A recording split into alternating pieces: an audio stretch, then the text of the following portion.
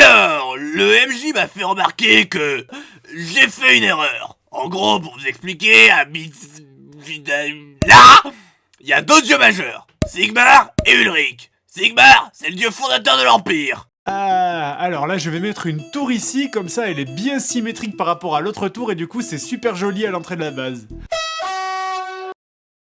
Ok. Et Ulrich, le dieu de l'hiver, des loups et de la guerre.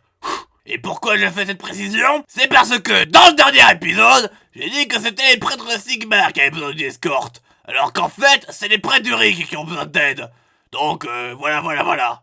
Bref, j'ai corrigé mon erreur. T'es content, Dylan? Extatique. En ce moment, dans le dernier épisode, les prêtres d'Ulrich expliquaient que lui, le prêtre d'eau là, a vu un artefact maudit, hérétique et très dangereux dans la Dragvault, dans une vision magique de je sais pas quoi. Et donc, faut le récupérer. Mais le dit prêtre est vieux et aveugle, il peut pas y aller tout seul. Et de toute façon, personne ne va aller seul dans la Dragvault. Personne, j'ai dit.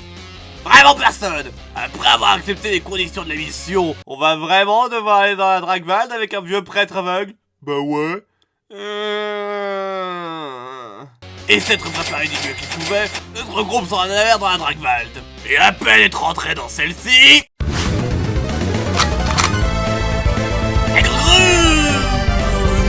Une attaque tempête.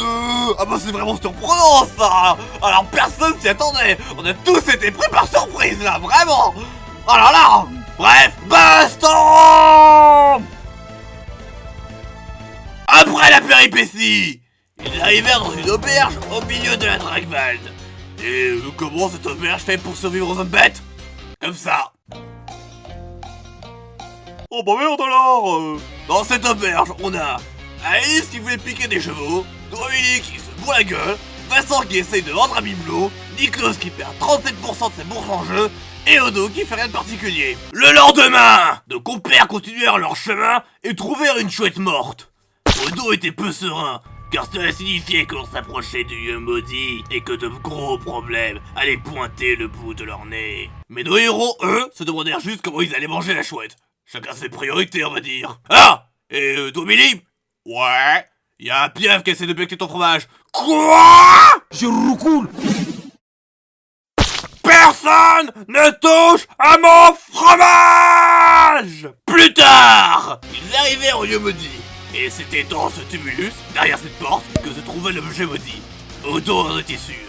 La zone était très calme et assez tranquille, ce qui est normal quand on sait que ce dit lieu est gardé par un minotaure de 2,57 m. Pas question d'approcher quoi. Un rude combat se lança, la bête était féroce et robuste, mais nos héros étaient plus futés et habiles qu'elle.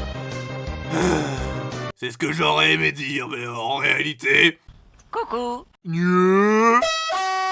Ils ont juste foncé dans le tas et le minotaure était juste trop nul pour se défendre. Bref, après cet interlude, d'autres bêtes apparurent. Vincent les remarqua et décida de... Mais quoi? Ah mon dieu! Ça fait mal! Ça fait mal! Comment t'es m'aider? Ah! Ça fait ici! Ah! Ça fait mal!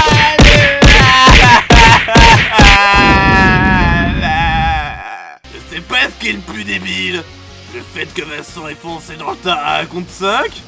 Ou le fait qu'il ait survécu? Après avoir sauvé Vincent de sa propre stupidité, ils se heurtèrent à un lourd problème. La porte qui menait au dit objet était trop lourde pour nos héros, qui se retrouvèrent bloqués devant, n'ayant pas la force pour l'ouvrir. C'est ce qui aurait pu se passer.